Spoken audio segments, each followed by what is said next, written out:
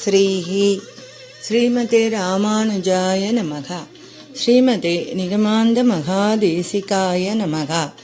ஸ்ரீரங்க ராமானுஜ மகாதேசிகாய நமக. ஸ்ரீராமரை விட உயர்ந்தது எது தெரியுமா? எங்கெல்லாம் ராமநாமம் ஒலிக்கிறதோ அங்கெல்லாம் பக்தி பரவசத்துடன் கண்களில் நீர் மல்க எவன் காணப்படுகிறானோ அவனே மாருதி என்னும் வாயுபுத்திரன் என்ற வாசகங்களால் ஆஞ்சநேயன் என்னும் ஹனுமனுக்கு அடையாளம் காட்டப்படுகிறது. ராம சேவை ஒன்றையே தன் லட்சியமாக கொண்டு ராமநாமத்தையே யுகம் யுகமாக ஜபித்து கொண்டு இருப்பவன் சிரஞ்சீவியான ஹனுமன். அப்பேற்பட்ட ஹனுமனுக்கும் ஸ்ரீராமருக்கும் யுத்தம் நடந்தது என்று சொன்னால் நம்புவீர்களா? அப்படி ஒரு சம்பவம் நம் புராணங்களில் சித்தரிக்கப்பட்டிருக்கிறது. அது காலத்தால் அழியாத உண்மை ஒன்றை உலகுக்கு எடுத்து காட்டுவதாக அமைந்துள்ளது. பட்டாபிஷேகத்துக்கு பிறகு நீதி தவறாது ராமராஜ்யம் நடத்தி வந்த ஸ்ரீராமர் மக்களின் நலன் கருதி நாட்டின் வளமைக்காக வசிஷ்டர், விஸ்வாமித்திரர், அத்ரி முதலான மகரிஷிகளை கொண்டு யாகம் ஒன்றை நடத்தினார். அவர் அயோத்தியை அடுத்த அழகிய வனத்தில் பெரிய யாக குண்டங்கள் அமைத்து முனிவர்கள் யாகத்தை நடத்தி கொண்டு இருந்தனர். சக்கரவர்த்தி ஸ்ரீராமரின் ராஜ்யத்துக்கு உட்பட்ட ஒரு சிறிய நாட்டின் மன்னன் சகுந்தன். அவன் ஒரு நாள் வேட்டையாடி விட்டு வரும்போது யாகசாலைக்கு அருகில் வந்தான். தான் வேட்டையாடி விட்டு திரும்பி இருந்தபடியால் யாகசாலைக்குள் நுழைவது சரியல்ல என்று கருதி வெளியில் நின்றபடியே நமஸ்கரித்து வசிஷ்டாதி முனிவர்களுக்கு என் வணக்கங்கள் என்று கூறி புறப்பட தயாரானான். சகுந்தன் கூறிய வார்த்தைகள் நாரத முனிவரின் காதில் விழுந்தது. விறுவிறுப்பான நாடகம் ஒன்றை நடத்த நினைத்தார். அற்புதமான கதைக்கு கரு ஒன்று கிடைக்க விடுவாரா நாரதர்? நேராக விஸ்வாமித்திரரிடம் சென்றார். பார்த்தீர்களா மகரிஷி, இந்த சகுந்தன் சாதாரண சிற்றரசன். இவனுக்கு எத்தனை திமிர்! இங்கே யாகசாலைக்கு முன்னே நின்று கொண்டு வசிஷ்டாதி முனிவர்களுக்கு வணக்கம் என்று கூறி செல்கிறான். அப்படி என்ன வசிஷ்டர் உயர்ந்து விட்டார்? தாங்களும் தான் ஸ்ரீராமரின் குரு. தாங்களும் தான் இந்த யாகத்தை முன்னின்று நடத்துகிறீர்கள்.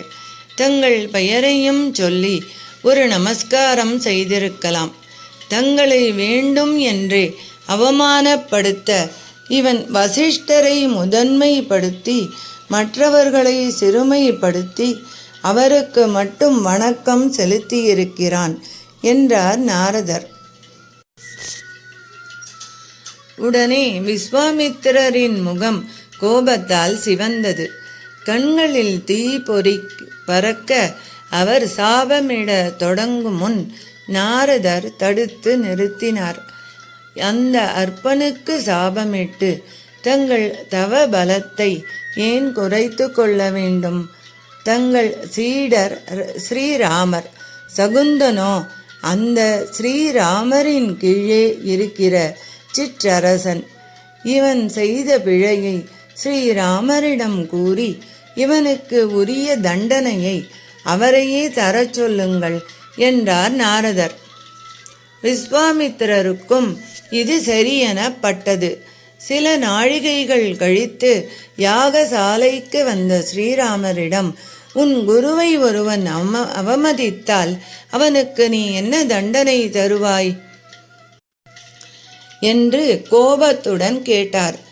அவரை யாரோ அவமரியாதை செய்திருக்கிறார்கள் என்பதை ஊகித்து கொண்டார் ஸ்ரீராமர்.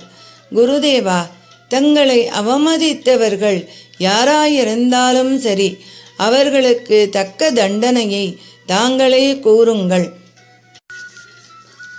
நிறைவேற்றி வைப்பது என் கடமை என்றார். சகுந்தன் என்னை அவமதித்து விட்டான். அவன் சிரசை இன்று சூரிய அஸ்தமனத்துக்குள் என் காலடியில் சேர்க்க வேண்டும் என்று விஸ்வாமித்திரர் சொல்லி முடிக்க கூட இல்லை. தங்கள் ஆணைப்படியே செய்கிறேன், இது சத்தியம் என்று வாக்களித்து விட்டார் ஸ்ரீராமர். நாரதர் தொடங்கிய நாடகத்தின் முதல் காட்சி முடிந்தது. ஸ்ரீராமர் செய்தி அனுப்பினால் போதும், சகுந்தனை தன் தலையை வெட்டி ஒரு தட்டில் வைத்து அனுப்பிவிடுவான். இருந்தாலும் அது ஸ்ரீராமர் கடைபிடிக்கும் க்ஷத்திரிய தர்மத்துக்கு அழகாகுமா? எனவே ஸ்ரீராமர் போர்க்கூலம் பூண்டு சகுந்தனின் நாட்டை நோக்கி புறப்பட தயாரானார். நாடகத்தின் இரண்டாவது காட்சியை தொடங்கினார் நாரதர். நேரே சகுந்தனிடம் சென்றார். என்ன காரியம் செய்துவிட்டாயப்பா? வசிஷ்டரின் பெயரை சொன்னவன் விஸ்வாமித்திரர் பெயரையும் சொல்லியிருக்க கூடாதா? இப்போது பேராபத்தை தேடிக்கொண்டாயே. படையெடுத்து வருபவர் ஸ்ரீராமராயிற்றே, என்ன செய்ய போகிறாய் என்று ஆதங்கமாய் கேட்டுவிட்டு மற்ற விவரங்களையும் சொன்னார். நான் என்ன செய்ய முடியும் சுவாமி? இலங்கேஸ்வரன் ராவணனாலேயே எதிர்க்க முடியாத ஸ்ரீராமரை நான் எப்படி எதிர்க்க முடியாது. என் தலைதானே ஸ்ரீராமருக்கு வேண்டும். அதை தாங்களே வெட்டி எடுத்து சென்று அவரிடம் தந்துவிடுங்கள் என்று உருக்கமாக கூறி சகுந்தன் தன் வாளை உருவ நாரதர் அவனை தடுத்து சிரித்தார். சகுந்தா, உண்மையில் நீ விஸ்வாமித்திரரை அவமதிக்கவில்லையே, அப்படி இருக்கும்போது ஏன் கலங்குகிறாய் என்ற நாரதர், சகுந்தா, உன் நாட்டை அடுத்த வனத்தில் ஆஞ்சநேயனின் தாய் அஞ்சனாதேவி ஆட்சி புரியும் கானகம் இருக்கிறது. அங்கே சென்று தவம் செய். அவள் கருணை மிக்கவள். அவளால் உனக்கு உயிர் பிச்சை தர முடியும். பிறகு ராமபாணம் கூட உன்னை ஒன்றும் செய்ய முடியாது என்று உறுதி கூறினார் நாரதர். சகுந்தன் மனத்தில் நம்பிக்கை பிறந்தது. அஞ்சனாதேவி ஆட்சி புரியும் கானகம் சென்றான். அங்கே அக்னியை வளர்த்தான். அஞ்சனாதேவி சரணம் என்று பக்தியுடன் அக்னியை சுற்றி பலமுறை வலம் வந்து பிராண தியாகம் செய்ய தயாரானான். தாயல்லவா அவள், தன்னை சரணடைந்த குழந்தையை சாக விடுவாளா? அவன் முன் தோன்றி, குழந்தாய், கவலைப்படாதே, என்னை சரணடைந்த உயிருக்கு எந்த ஆபத்தும் வராது, தீர்காயுஷ்மான் பவது என்று ஆசி கூறி அவன் நீண்ட ஆயுள் வாழ வரம் தந்தாள். சகுந்தன் அவளது திருவடியில் விழுந்து வணங்கினான். நான் மரண கண்டத்தில் சிக்கியுள்ளேன். தாயே, ஸ்ரீராமர் என் சிரசை தன் குருவின் காலடியில் சூரிய அஸ்தமனத்துக்குள் சேர்க்கும் சபதம் பூண்டு என் மீது போர் தொடுத்து வருகிறார். இப்போது நான் உயிர் பிழைக்க என்ன செய்ய வேண்டும் என அருளுங்கள் என்றான். அதை கேட்டு பதறிப்போனாள் அஞ்சனாதேவி. ஸ்ரீராமரின் பாணத்திலிருந்து சகுந்தனை காப்பாற்றுவது என்பது இயலாத காரியமாயிற்றே என கலங்கினாள். இருந்தாலும் தான் உயிர் பிச்சை அளித்தவனை காக்க வேண்டியது தன் கடமை என்பதில் உறுதியாக இருந்தாள். தன் வாக்கை காக்கும் பொறுப்பை தன் மைந்தன் அனுமந்தனிடம் ஒப்படைக்க முடிவு செய்தாள். தன் மகனை தன் முன்னே தோன்றும்படி சங்கல்பித்தாள். அந்த நிமிடமே எதிரே வந்து நின்று வணங்கினான் ஹனுமன். ஸ்ரீராமரின் பித்ரு பக்திக்கு ஹனுமனின் மாத்ரு பக்தி எந்த விதத்திலும் சற்றும் குறைந்ததல்ல. மகனே, இவன் சகுந்தராஜன் பிராண தியாகம் செய்ய துணிந்தபோது இவனை காப்பாற்றி உயிர் பிச்சை தருவதாக வாக்குறுதி தந்துவிட்டேன். என் வாக்கை காப்பாற்றும் பொறுப்பை இப்போது உன்னிடம் ஒப்படைக்கிறேன். இவனை எப்படியாலும் காப்பாற்று என்று கட்டளையிட்டாள். அப்படியே ஆகட்டும் தாயே என உறுதியளித்தான் ஹனுமன். பின்பு தனது உயிரை பறிப்பதற்கு ஸ்ரீராமர்தான் தேடுகிறார் என்பதை சகுந்தன் சொல்ல சலனமே இல்லாமல் நின்றான் ஹனுமன். எதிர்ப்பது ஸ்ரீராமராக இருந்தால் என்ன, மும்மூர்த்திகளே ஆனாலும் என்ன, தாயிடம் அடைக்கலம் கேட்டு வந்தவனை காப்பது தன் கடமை எனும் உறுதியுடன் நின்றான். எந்த ஆபத்தையும் எதிர்க்கும் வல்லமையின் இரகசியம் ஒன்றை அவன் அறிந்து வைத்திருந்தான். தன் வாளை நீளமாக வளர்த்து அதனை ஒரு கோட்டை போல அமைத்தான். அதற்குள் சகுந்தனை பாதுகாப்பாக அமர்த்திவிட்டு சிறு குரங்கின் உருவெடுத்து வால் கோட்டையின் மேல் அமர்ந்து கொண்டு தாய்க்கு செய்யும் கடமைக்காக தாயினும் மேலான தலைவனையே எதிர்க்க தயாரானான். இதனிடையில் ராமலக்ஷ்மணர்களின் சைன்யம் சகுந்தராஜனின் தலைநகரில் புகுந்தது. உயிருக்கு பயந்து சகுந்தன் அஞ்சனாவனத்தில் மறைந்து இருப்பதை அறிந்து ஸ்ரீராமர் அங்கே சென்று போரை தொடங்கினார். சகுந்தராஜன் மறைந்திருக்கும் மலை போன்ற வால் கோட்டையை நோக்கி ஸ்ரீராமரின் அஸ்திரங்கள் சரமாரியாக வானில் பறந்தன. ஆனால் அவர் எய்த அஸ்திரங்கள் யாவும் அடுத்த சில வினாடிகளில் அவரின் திருவடிகளிலேயே திரும்பி வந்து விழுந்தன. அதிசயித்து போனார் ராமர். யுத்தம் தொடர்ந்தது. ஸ்ரீராமர் கற்ற அஸ்திர வித்தைகள் அனைத்துமே தோற்று நின்றன. இதற்கான காரணம் தெரியாமல் ஸ்ரீராமர் திகைத்து நிற்க நாரத முனிவர் தான் போட்ட முடிச்சை அவிழ்க்க அங்கே வந்து நின்றார்.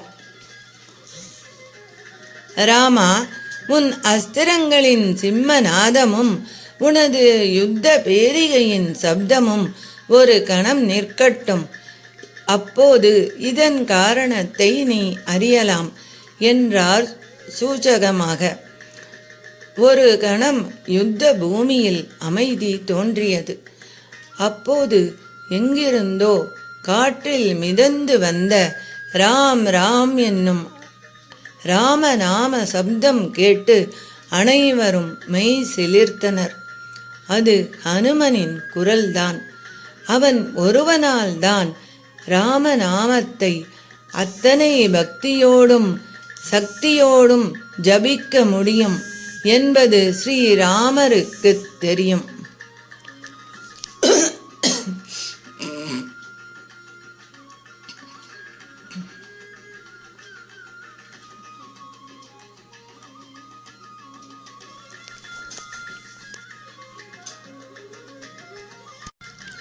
நாடகத்தின் இறுதி காட்சிக்கு வந்தார் நாரதர்.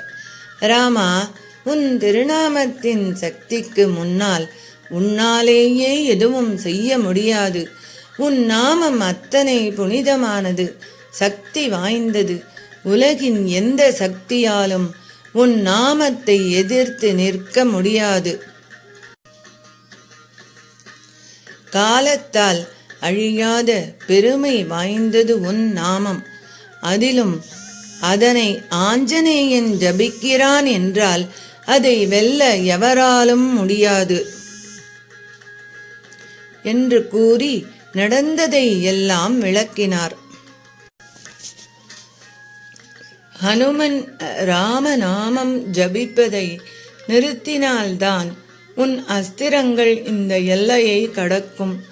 ஹனுமனை அழித்தால்தான் அந்த நாமம் ஒலிப்பது ஓயும். அவன் இதயத்திலோ ஸ்ரீராமனையை பிரதிஷ்டை செய்து வைத்திருக்கிறான். அவனை அழிப்பது சுலபமல்ல. ஆனால் அனுமனை வென்றால்தான் சகுந்தனை வெல்ல முடியும். அப்படி எனில் ஸ்ரீராமன் தன்னையே அழித்து கொண்டால்தான் இது சாத்தியமாகும் என்று சிக்கலை மேலும் சிக்கலாக்கினார் நாரதர். வேண்டாம் ராமா, வேண்டாம். இந்த விபரீதத்துக்கு என் அகந்தையே காரணம். போரை நிறுத்திவிடு. சகுந்தன் நிரபராதி என்று கூறியபடியே ஓடி வந்தார் விஸ்வாமித்திரர். சரி, ஆனால் சகுந்தனின் சிரசை சூரிய அஸ்தமனத்துக்குள் விஸ்வாமித்திரரின் பாதத்தில் சேர்ப்பதாக வாக்களித்தாரே ஸ்ரீராமர், அது என்ன ஆவது? ஸ்ரீராமச்சந்திரமூர்த்தியின் வாக்கு பொய்ப்பதா? அதற்கும் ஒரு வழி சொன்னார் நாரதர். சகுந்தராஜனை நாரதர் அழைக்க அவன் வால் கோட்டையிலிருந்து வெளியே வந்து விஸ்வாமித்திரர் பாதங்களில் தன் சிரம் படும்படி நமஸ்கரித்தான். சகுந்தன் சிரசை தன் காலடியில் சேர்க்க வேண்டும் என்றுதானே அவர் கேட்டிருந்தார். ஆக ஸ்ரீராமரின் வாக்கும் பொய்க்கவில்லை. சகுந்தனின் சிரம் விஸ்வாமித்திரரின் பாதங்களில் சேர்ந்தது. அஞ்சனாதேவியின் வாக்கும் பொய்க்கவில்லை. ஹனுமனும் எடுத்த கடமையில் இருந்து தவறவில்லை. ஸ்ரீராம நாமத்தின் பெருமையை ஸ்ரீராமரே தெரிந்து கொள்ள நாரதர் நடத்திய நாடகம் இது. ஸ்ரீராம் ஜெய ராம் ஜெய ஜெய ராம், ஸ்ரீராம் ஜெய ராம் ஜெய ஜெய ராம், ஸ்ரீராம் ஜெய ராம் ஜெய ஜெய ராம். சர்வம் ஸ்ரீ கிருஷ்ணார்ப்பணமஸ்து. அடியேன் ராமானுஜதாசன். லோகா சமஸ்தா சுகினோ பவந்து, சர்வே ஜனா சுகினோ பவந்து.